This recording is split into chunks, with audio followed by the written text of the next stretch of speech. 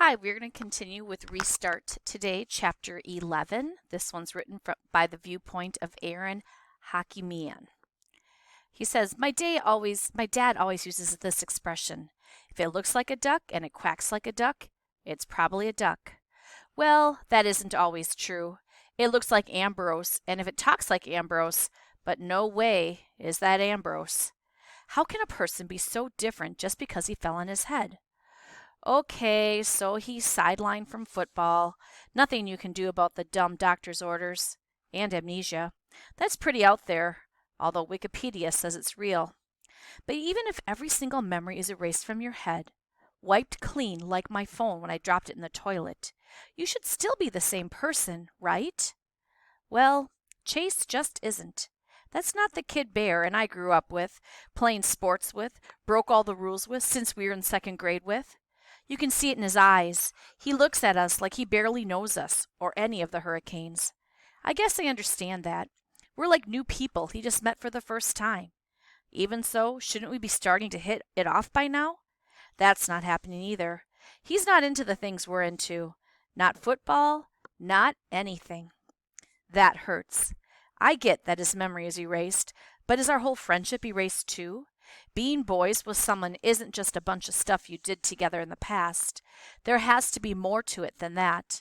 But right now, it's like we've got zero in common with the guy. Worse, the kids he does have stuff in common with are all losers.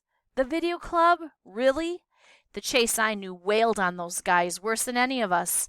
And now they're the ones he wants to hang out with? Who's next, huh? The Care Bears? And those wusses having totally forgiven him too? Except Shoshana.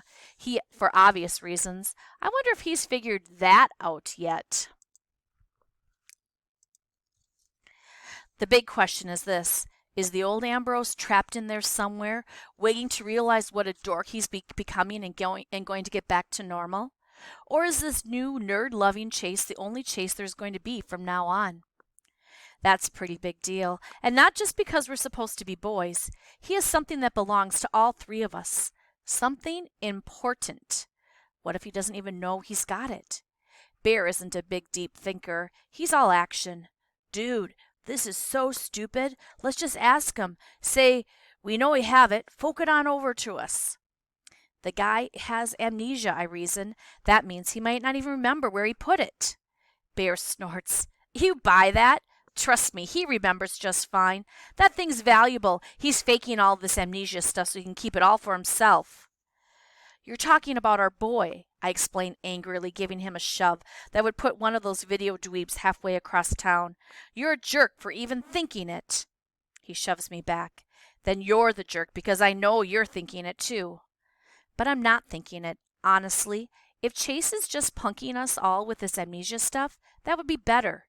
If tomorrow he says, fooled ya, I might be ticked off for a day or so. Then I'd shake his hand for putting one over us. Mostly, I'd be glad to have the old Chase back.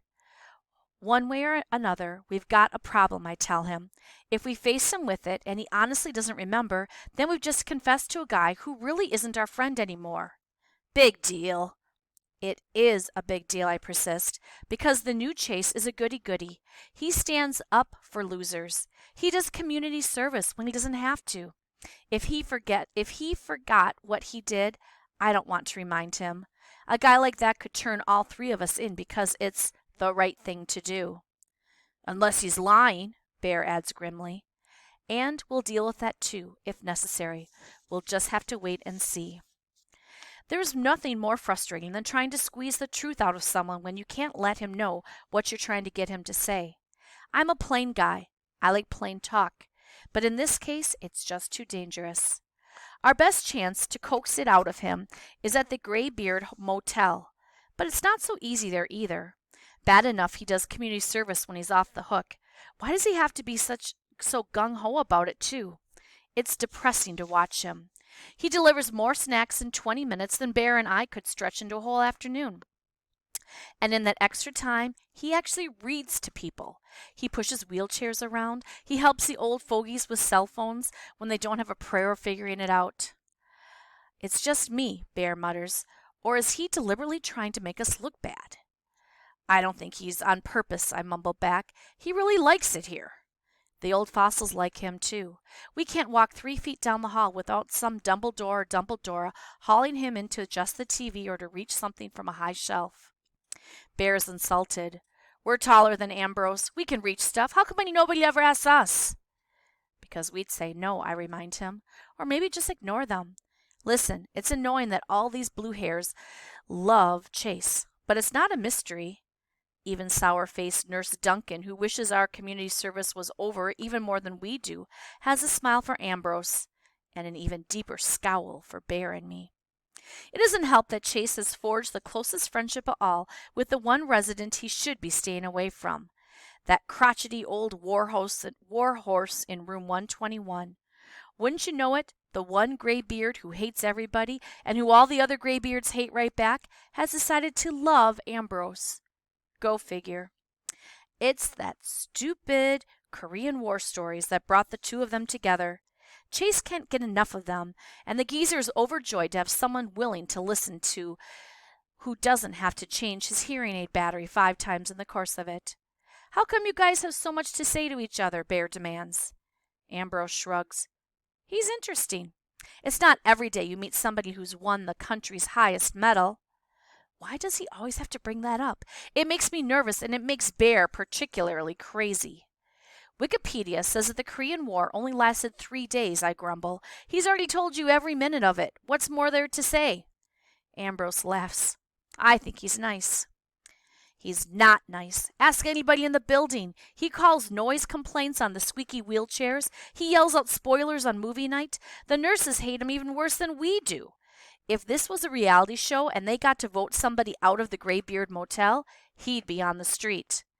But Chase gets called away to wheel Mrs. Berglund to her weekly canasta game, as if one of the orderlies couldn't do it.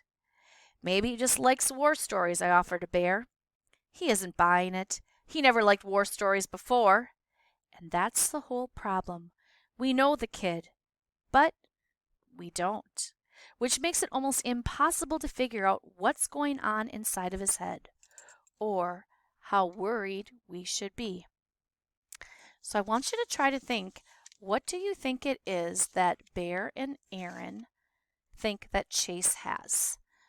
So just start thinking about that. We will continue on. That was the end of chapter 11. We will be continuing with chapter 12 tomorrow.